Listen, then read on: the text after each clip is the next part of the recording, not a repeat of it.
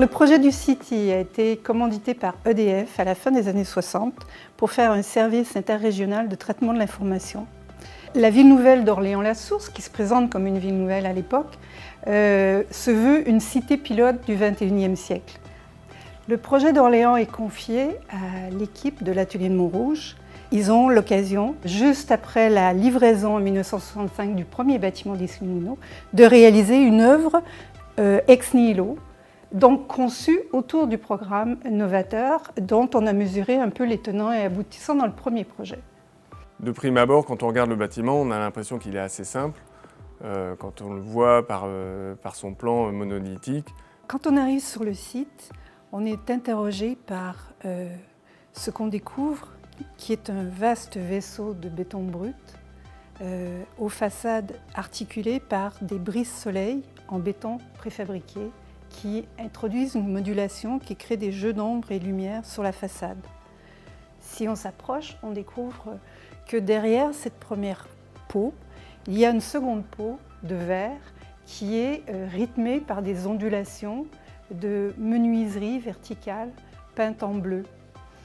Ce qui est encore plus troublant, c'est que quand on s'approche davantage, on découvre que ce vaisseau de béton semble flotter dans l'espace parce qu'il y a un retrait au rez-de-chaussée qui crée un effet de pilotis de toute une série de petits poteaux très fins en acier qui semblent trop légers pour tenir un bâtiment pareil. L'œil averti va reconnaître dans ces brises-soleil une allusion aux travaux de Le Corbusier, notamment la première usine Duval à Saint-Dié, où était expérimentée une paroi menuisée de verre et de bois, devant laquelle Le Corbusier avait mis et expérimenté pour la première fois des brises-soleil pour atténuer les effets du soleil, justement pour créer un confort à l'intérieur de l'usine de Saint-Dié. Donc ils prennent tout de suite comme parti pris l'idée d'avoir une structure d'acier avec dalles de béton renforcées, collaborantes, pour pouvoir accueillir une certaine charge par plancher.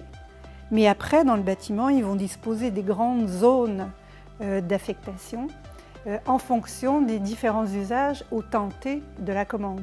Mais en fait, il est assez compliqué, notamment par la superposition des plans intérieurs, qui sont tous à des hauteurs différentes. Il y a des demi-niveaux qu'on ne perçoit pas dans un premier temps.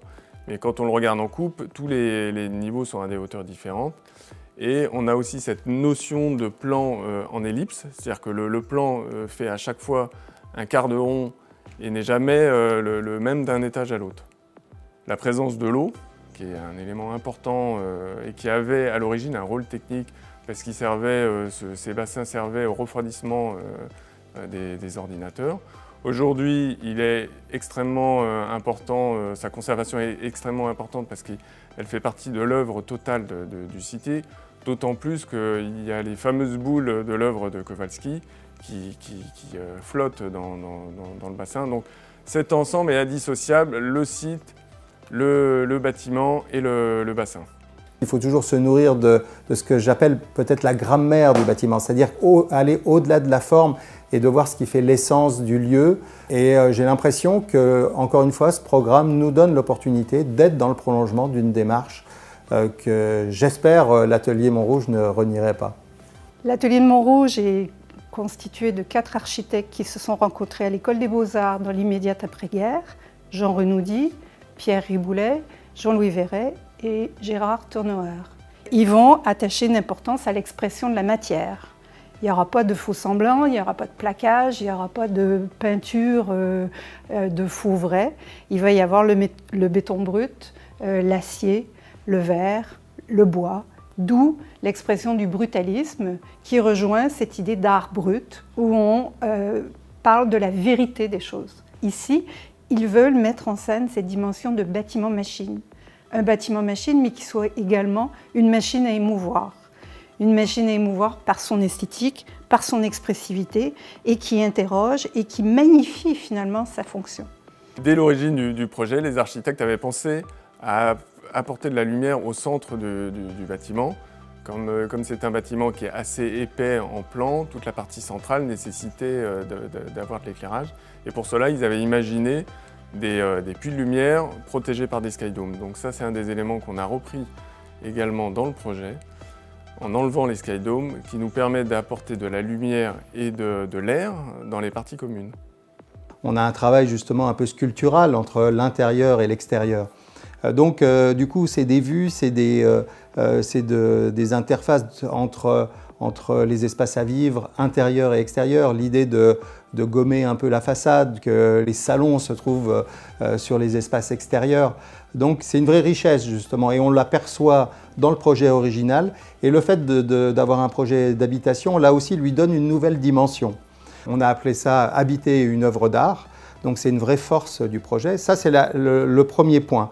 Le deuxième point, ce qui nous a semblé important, c'est que le côté presque improbable des volumes de ces terrasses immenses fait qu'il y a une dimension presque sociale, communautaire dans ce bâtiment. Comme historienne, ce que je crois, c'est que le temps long marque l'histoire des cadres de vie. Et que les bâtiments, contrairement à ce qu'on a pu penser, ne sont pas faits pour être construits et jetés au bout de 30 ans. Moi, ce qui me plaît, c'est que je me dis, c'est qu'il y a eu l'œuvre. Encore une fois, ce n'est pas mon œuvre. On intervient, nous on la soigne et après elle va vivre et après on la passe aux générations futures. Il est complètement modulable. Et l'important, c'est de le respecter dans son intégralité. Derrière les architectes, ça sera aux habitants de prendre le relais pour trouver et coloniser. Finalement, on laisse une part de possibilités aux gens qui vont habiter ces lieux pour qu'ils les colonisent et qu'ils en fassent finalement ce qu'ils ont envie d'en faire.